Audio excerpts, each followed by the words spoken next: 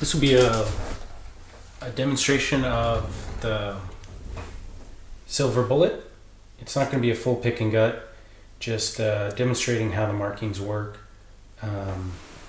And the new design of the handles here you can see with ABIS markings 0 through 6 or 1 through 6 on this side, and 2mm depth.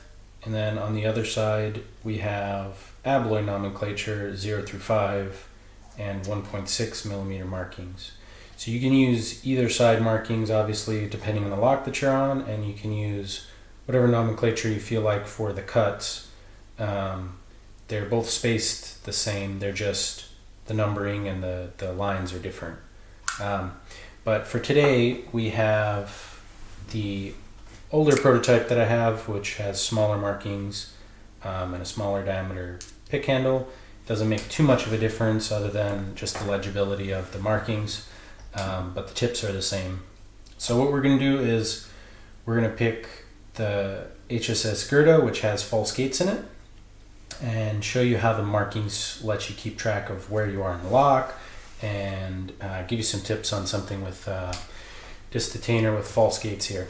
So what we're going to do is if we want to use the 2mm markings, not the 1.6. So when we insert the lock, we'll kind of put the 1.6 up, and then when we tension the lock, the 2mm will come around to face us. So if you have it in a vise, obviously if you're holding the lock, you can just flip it around and orient it however you want once you get it inside and tensioned.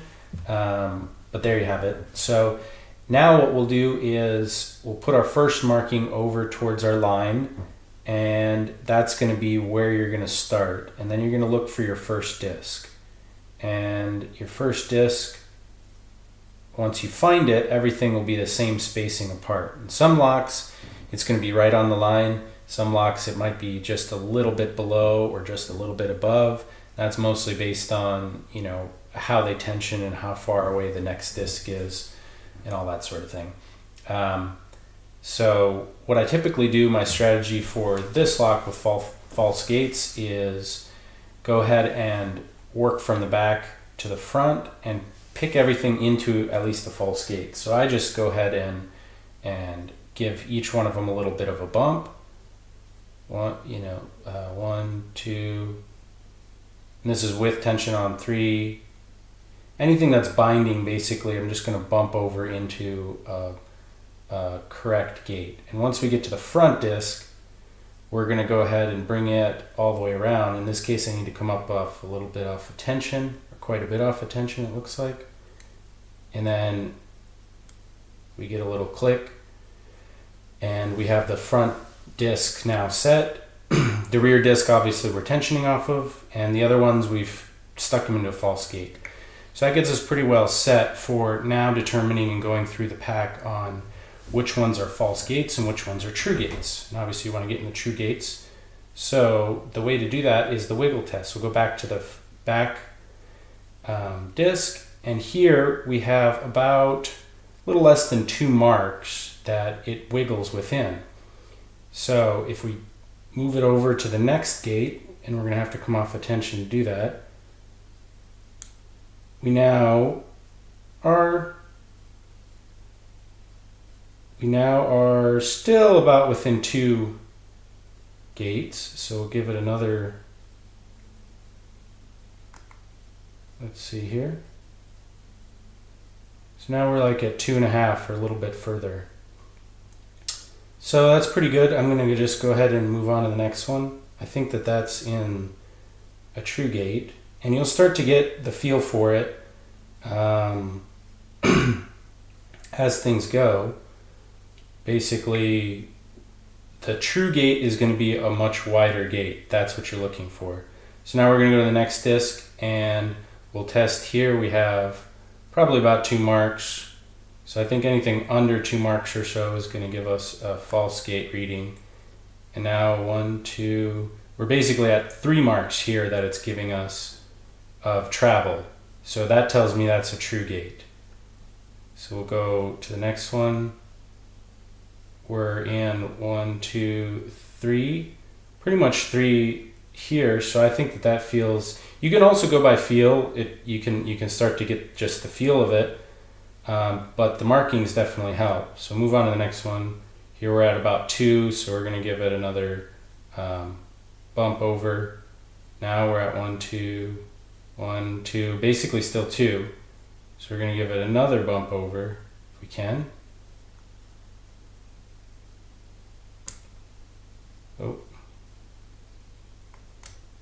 And here I think we're all the way at the end, so we're at our 3 right.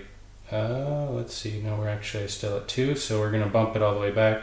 This one might have gone too far, so go back 1, we're still at 2. Go back 1 there.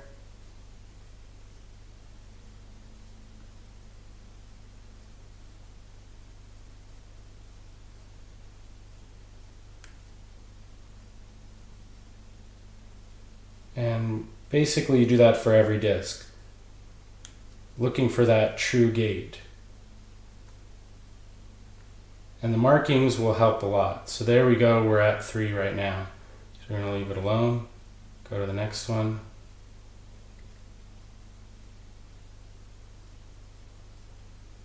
Might be hard for you guys to see the markings. I'm trying to keep my fingers out of the way if I can. So right here we're at 1, 2, 3. So that's a true gate.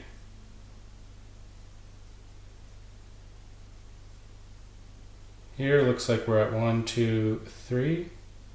So I'd call that a true gate. 2 basically, so this is going to be the one left to pick, and there we're open. So you can see, at least on this lock anyway, the gates are pretty wide. Some other locks, they'll be just, you only have wiggle room of 1 mark or less than a mark on the false gates, and then the true gates will be, you know, about another mark more than that.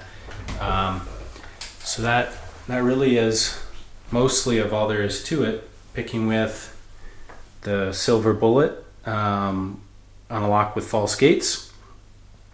Other locks without false gates, such as the kryptonite here, you just pick until you feel anything, and you're using the depth marks on each just to make sure you don't miss a disc. Really, that's the only thing you have to really worry about in those locks, is not missing a disc, and if you do that, you'll get it open or closed pretty quickly.